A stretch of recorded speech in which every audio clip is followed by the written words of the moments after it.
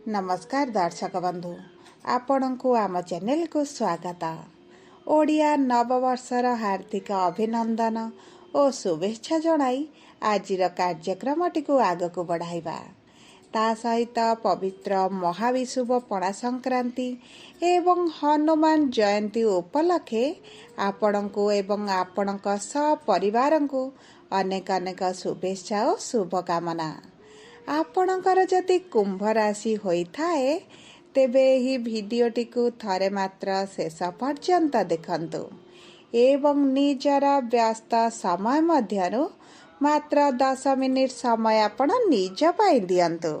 काहेकि ना आमर आजिर एही भिडियोटी कुंभ राशिर व्यक्ति विशेषंक पाई बहुत गुरुत्वपूर्ण रहिछि। काहेकि गुरुत्वपूर्ण रहिछि आपण भिडियोटी शेष पर्यंत देखिले निश्चित भावरे जानि पारिबे। देखंतु आपणक कुंभ राशि रे एही महाविषुव पणा संक्रांति दिन सूर्य आसिबे तृतीय भावको, जेउठारे सूर्य उच्चरे रहिबे एवं आपणक राशि रे जेउ ग्रहण दोषटी चालिछि ताहा मध्य शेष होइजिबो, जहा फलरे आपणक जीवन रे बड़ परिवर्तन हेबाको जाउछि एवं एही परिवर्तन किछि शुभ फल देब एवं किछि अशुभ फल देब। तेबे आसंतु जानिबा एही महाविषुव पणा संक्रांति ठारू आपणक जीवन रे कौन सबु बड़ परिवर्तन हेबाको जाउछि। किंतु भिडियोटी आरंभ करिबा पूर्वरु जदि आपणकर भी कुंभ राशि होइथाए एवं आपण भी ईश्वर को आंतरिक भक्ति एवं विश्वास करती तेबे भिडियोटी को लाइक करंतु एवं कमेंट बॉक्स रे जय जगन्नाथ जय माँ लक्ष्मी अवश्य लिखि दियंतु।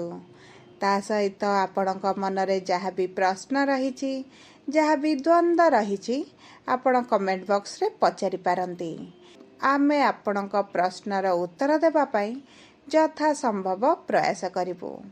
देखंतु विलंब हेले मध्य आपणक प्रश्नर आमे निश्चित उत्तर देबु। ता सहित दर्शक बंधु जानि रखंतु जे आमर एही कार्यक्रमटी आपणकर जन्म राशि बा चंद्र राशि उपरे आधारित होइछि। जदि आपण आपणकर जन्म राशि जानि नाहंती एवं नाम राशि को व्यवहार करी समस्त कार्य करूछंती तेबे आपण कमेंट बॉक्स रे निजर जन्म तारीख जन्म समय एवं जन्म स्थान लिखि जणांतु। आमे आपणकर जन्म राशि लग्न नक्षत्र जणाई देबु, जहाँ आपणक पाई सठिक एवं निर्भुल रहिबो एवं आपण एहाको व्यवहार करी भविष्यत रे जेकोनोसी शुभ कार्य बा मांगलिक कार्य करि परिबे। ताहले आसंतु जानिबा एही महाविषुव पणा संक्रांति परे आपणक जीवन रे केउ परिवर्तन आसिबो। विशेष भाव रे एही प्रमुख ग्रह मानकर राशि परिवर्तन रे आपणक जीवन रे केउ परिवर्तन हेबाको जाउछि। किंतु ता पूर्वरु जानिबा आपणक राशि रे नवग्रहकर स्थिति किभଳି रहुछि। देखंतु आपणकर द्वितीय गृह रे राहु शुक्र सूर्य बुध एवं शनि, चतुर्थ गृह रे देवगुरु बृहस्पति, षष्ठ गृह रे मंगल एवं अष्टम गृह रे केतु विराजमान करिसंती, जहा फल रे सेही गृह गुड़िकरे सेमानंकर प्रभाव अधिक रहिबो। तेबे सर्वप्रथमे आसंतु जानिबा आपणकर स्वास्थ्य किभଳି रहिबो। सूर्य एही महाविषुव पणा संक्रांति दिन आपणकर तृतीय गृह को आसी उच्चरे रहिबा फल रे आपणकर स्वास्थ्य रे आपण ऊर्जावान अनुभव करिवे। आपणकर पूर्वरु जे स्वास्थ्य समस्या चलीछि ताहा दूर होइजिबो। आपणकर पूर्वरु जे सब स्वास्थ्य समस्या आपण देखुथिले ताहा दूर होइजिबो। आपणकर मोटापा बढ़िबार संभावनाटी मध्य बढ़ी जाउछि। कारण देखंतु आपणक राशिर स्वामी शनि आपणक द्वितीय गृह रे राहुंकर प्रभाव रे अछंती। सेतिपई आपणकर ऋतुकालीन समस्या मोटापा बढ़िबार समस्या एवं ब्लड रिलेटेड किछिटा समस्या आपण देखि पारंती। किंतु देखंतु सूर्य उच्चरे रहिबा कारणरु कोनोसी बड़ समस्या आपण देखिबे नाही।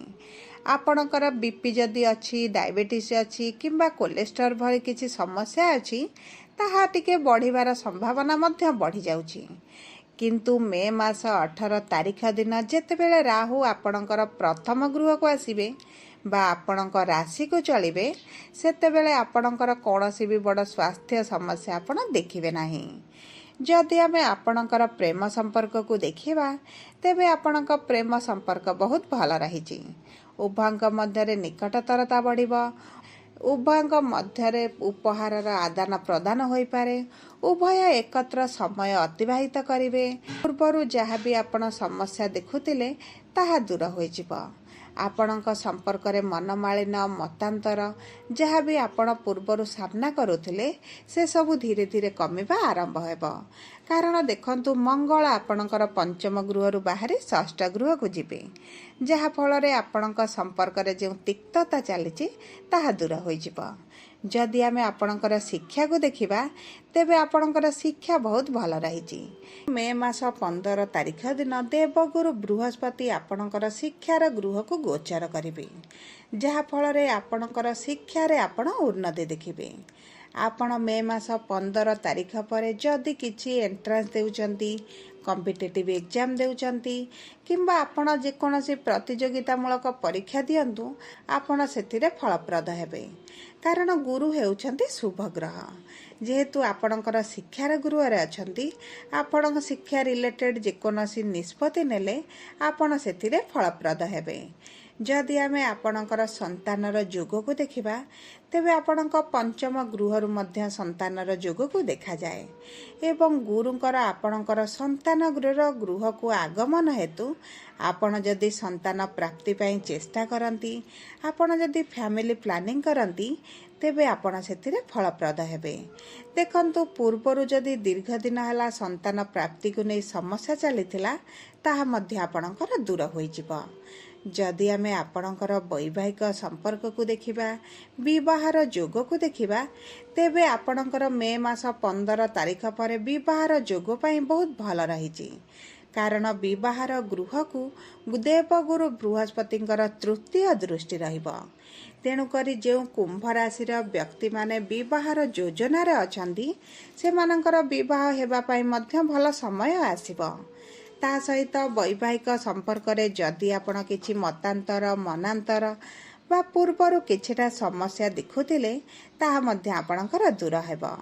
ଆପଣଙ୍କ ବୈବାହିକ ସମ୍ପର୍କରେ ନିକଟତରତା ବଢ଼ିବ, ସମ୍ପର୍କରେ ଆପଣଙ୍କର ମଧୁରତା ଆସିବ, ପତି ପତ୍ନୀଙ୍କ ମଧ୍ୟରେ ବୁଝାମଣା ବଢ଼ିବ, ପ୍ରେମ ସମ୍ପର୍କ ବଢ଼ିବ ଏବଂ ଉଭୟଙ୍କ ମଧ୍ୟରେ ଯେଉଁ ତୃତୀୟ ଲୋକଙ୍କର ହସ୍ତକ୍ଷେପ ଚାଲିଛି, ତାହା ମଧ୍ୟ ଦୂର ହୋଇଯିବ। ତା ସହିତ ଦେଖନ୍ତୁ, ସପ୍ତମ ଗୃହ ହେଉଛି ଆପଣଙ୍କ ଜୀବନସାଥୀଙ୍କର ଗୃହ। ଯଦି ଆପଣଙ୍କର ସାଥୀଙ୍କ ସ୍ୱାସ୍ଥ୍ୟରେ କିଛି ସମସ୍ୟା ଚାଲିଛି, ତାହା ମଧ୍ୟ ଦୂର ହୋଇଯିବ। ଆପଣଙ୍କର ଯଦି କିଛି ପାର୍ଟନରସିପ୍ ବିଜନେସ୍ କରୁଛନ୍ତି, ସେଥିରୁ ମଧ୍ୟ ଆପଣ ଲାଭାନ୍ୱିତ ହେବେ।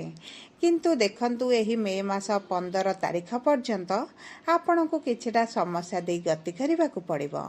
ସେଥିପାଇଁ ଆପଣ ଯଦି ଆପଣଙ୍କ ବିଜନେସ୍ରେ ଅଧିକ ଦାୟିତ୍ୱବାନ ହୁଅନ୍ତି, ତେବେ ଆପଣଙ୍କର ଅଧିକ ଲସ୍ ହେବାର ମଧ୍ୟ ସମ୍ଭାବନା କମ୍ ହୋଇଯିବ। ଯଦି ଆମେ ଆପଣଙ୍କର କର୍ମକ୍ଷେତ୍ରକୁ ଦେଖିବା, ତେବେ କର୍ମକ୍ଷେତ୍ରର ସ୍ୱାମୀ ହେଉଛନ୍ତି ମଙ୍ଗଳ, ଯିଏ ଆପଣଙ୍କର ଷଷ୍ଠ ଗୃହକୁ ଆସିବେ ଏବଂ ସେଠାରେ ରହି ଆପଣଙ୍କର 10ମ ଗୃହକୁ ଦୃଷ୍ଟି ଦେବେ, ଯାହାଫଳରେ ଆପଣଙ୍କ କର୍ମକ୍ଷେତ୍ରରେ ଆପଣ ଊର୍ଜାବାନ ଅନୁଭବ କରିବେ। ଆପଣଙ୍କ କର୍ମକ୍ଷେତ୍ରରେ ପୂର୍ବରୁ ଯାହା ବି ସମସ୍ୟା ଚାଲିଛି, ତାହା ଧୀରେ ଧୀରେ ଦୂର ହୋଇଯିବ। ଆପଣ ସବୁଗୁଡ଼ିକ କାର୍ଯ୍ୟକୁ ବହୁତ ସହଜରେ ସମାଧାନ କରିବେ ଏବଂ ଦେଖନ୍ତୁ, ଆପଣଙ୍କର କାର୍ଯ୍ୟ କରିବାର ଶୈଳୀ, ଆପଣଙ୍କର ଦକ୍ଷତା ଆପଣଙ୍କୁ ଉଚ୍ଚ ସ୍ତରରେ ପ୍ରଶଂସିତ କରିବ।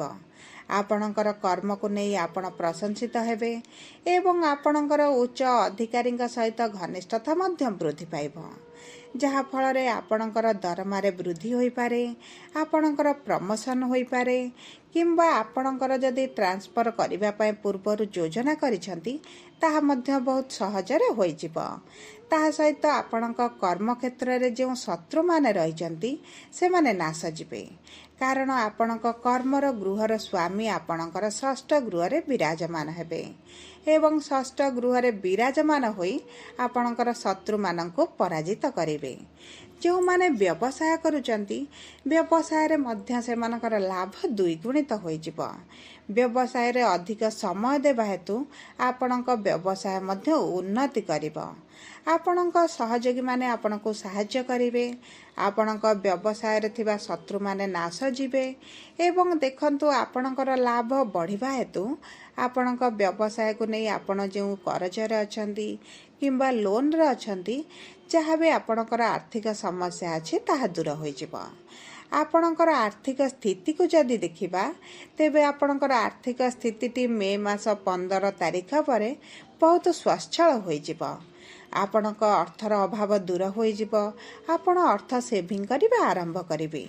ମୋଟାମୋଟି ଭାବେ ଦେଖିବାକୁ ଗଲେ ଏହି ପଣା ସଂକ୍ରାନ୍ତି ପରଠାରୁ ଆପଣଙ୍କ କୁମ୍ଭ ରାଶିରେ ଭଲ ସମୟ ଆସୁଛି। ଆପଣଙ୍କ ଭାଗ୍ୟରେ ପରିବର୍ତ୍ତନ ହେବ। ତଥାପି ଅଧିକ ଶୁଭାଶୁଭ ଫଳ ପ୍ରାପ୍ତି ପାଇଁ ଆପଣ ପଣା ସଂକ୍ରାନ୍ତି ଦିନ ଆପଣ ହନୁମାନ ଚାଳିଶା ପାଠ କରିବା ଆରମ୍ଭ କରନ୍ତୁ। ହନୁମାନଙ୍କ ମନ୍ଦିରରେ ସିନ୍ଦୁର ଏବଂ ତେଲ ଅର୍ପଣ କରନ୍ତୁ। ଆପଣଙ୍କ ଭାଗ୍ୟରେ ବଡ଼ ପରିବର୍ତ୍ତନ କରିବେ। ଯଦି ଆପଣଙ୍କର କୁମ୍ଭ ରାଶି ହୋଇଥାଏ, ତେବେ ଭିଡ଼ିଓଟି କିଭଳି ଲାଗିଲା କମେଣ୍ଟ ବକ୍ସରେ ଲେଖି ଜଣାନ୍ତୁ। ଯଦି ପ୍ରଥମ ଥର ଆମ ଚ୍ୟାନେଲକୁ ଆସିଛନ୍ତି, ଚ୍ୟାନେଲଟିକୁ ସବସ୍କ୍ରାଇବ୍ କରନ୍ତୁ। ପାଖରେ ଥିବା ବେଲ୍ ଆଇକନ୍କୁ ପ୍ରେସ୍ କରନ୍ତୁ। ଧନ୍ୟବାଦ।